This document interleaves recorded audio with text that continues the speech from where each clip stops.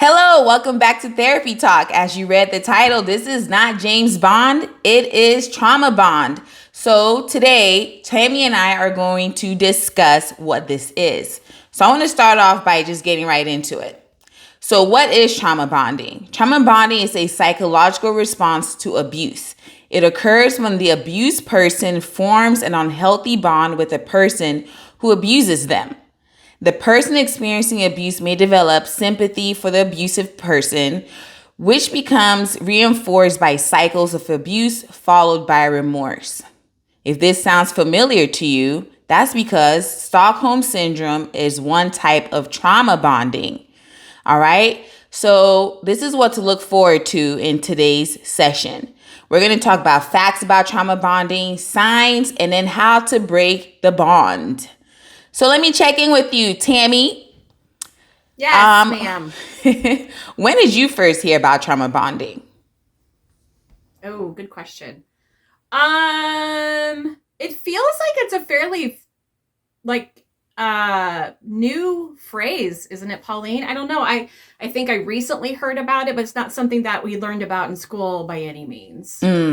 Yeah, I would agree with you. It's fairly new and trending, but I think the concept of it isn't new. I mean, Stockholm syndrome is what we definitely talked about in school. And I know TikTok and other social medias are throwing out certain words out there. And that's why I think some of my clients come into sessions saying, well, I heard this term and I think that's what's going on in my life. So we get to talk about it. So my first experience with trauma bonding is pretty recent, but the concept is there. Yes. So while you're here, go ahead and hit like, hit subscribe, share this video with your mama, your auntie, your cousin, all of them, because sharing is caring. Okay, so let's talk more about trauma bonding. Trauma bonding lives in the nervous system. And basically in the nervous system, trauma keeps the nervous system from regulating properly. If you can properly regulate or calm down, then you are overstimulated into being anxious or restless. So then you're really hyperactive. You can't really calm down. You're on edge most of the time. Trauma bonding in adulthood can stem from childhood trauma. And so, Tammy, can you hit us up with some facts? I would love to hit you up with some facts, Pauline. So trauma bonding is most common in romantic, sexual, narcissistic relationships, but definitely remember it's not defined only to those areas. Trauma bonding is much easier to spot in others than in yourself. Trauma bonding in relationships can be harmful because it causes you to withdraw from loved ones. Trauma bonding can make you lose your self-worth, your confidence, and bottom line, trauma bonding is abusive. So some signs, Pauline, trauma bonds can look a little different depending on the type of relationship you have. Here are some characteristics of trauma bonds. You may feel unhappy, or maybe you don't even like your partner, but you still feel like you're unable to end things. Maybe they promise to change things, but they rarely do. They might focus on the good days and talk to you about the good days, but they do that maybe in order to show proof that they truly care about you. So that can be quite manipulative. They might make excuses to defend their behaviors in front of others. You might protect them by keeping the abuse a secret. People who experience abuse as a child can often feel drawn to similar relationships as an adult. This really Pauline, hits, Tammy. what about yeah, I'm sorry. Yeah. I was just taking it in, that's all. Taking it in. What about breaking it? So we've identified it, we've given some signs and some facts. What about how do we break this bond? Okay, how do we break this bond? Basically, you got to know what you're dealing with.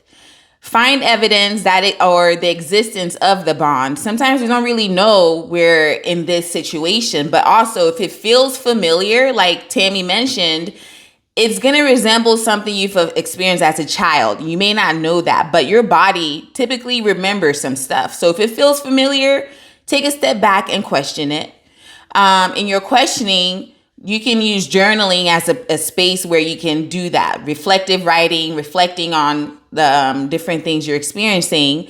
Because when abuse happens and not what happened or whether they explain anything to you afterward. So this will help you identify some patterns that's going on. Consider the relationship from another perspective. And we've talked about perspective before. Perspective allows you to really see not the only zoomed in part of what you typically see, which is your perspective, but when you zoom out, you get to see other parts of, let's say, a painting or a picture. So zoom out so you can see more. Pay attention to details that make you uncomfortable. Again, your body typically it remembers something and you're going to feel it in your body. We are intuitive people. And so pay attention to that. Talk to loved ones, talk to friends, because when you get out of your head and you share certain things with people, that also gives you more perspective.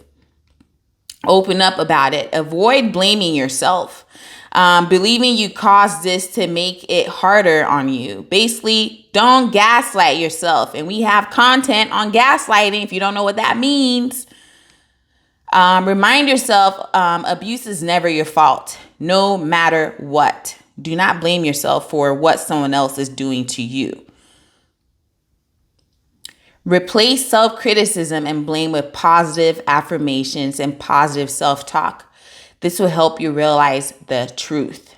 So say kind things to yourself. Create physical distance by finding a safe place to stay, such as with a relative or a friend. And last but not least, seek professional help.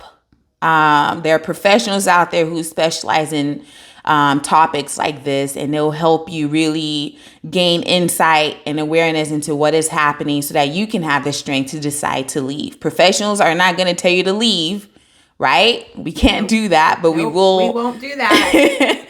We will help you see the full picture. We'll help you zoom out a bit to see the landscape of things so that you can build the strength and courage to get out of this situation. I really liked your analogy, Pauline, of like zooming out and like thinking about it as a camera and the camera lenses. A lot of times we are looking at a situation in a very tiny area, but when we zoom out, so we're micro in a camera, and so we zoom out, we're seeing the bigger picture. I really like that example and the analogy. Thanks. You're welcome. So here's a question to ask yourself if you might be in a situation like this. Hopefully you're not, but something to ask yourself is, and answer honestly when you ask yourself this, would you want your friend or family member to be in the same relationship or situation that you are currently in? So really take a step back, like Pauline said, take a step back and look from that point of view.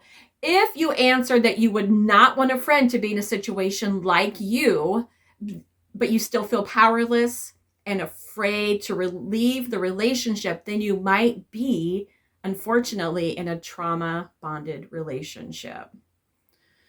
So that ends our show. We really appreciate you being here. Remember, breaking a trauma bond and recovering can be difficult, but you don't have to suffer alone. Like Pauline said, seek professional help. Seek people out who can help you out in this situation. You can easily look for a therapist in your local area by looking at Psychology Today and searching a therapist by your zip code or BetterHelp or something like that. We adore and appreciate each and every one of you. Please leave a comment, hit like and subscribe. Don't forget to hit that bell button so you are alerted of future content. Anything else, Pauline, before we sign off? I just love you. All right, we're signing off. Love you too. Love you too, YouTubers. Okay. Bye. Bye.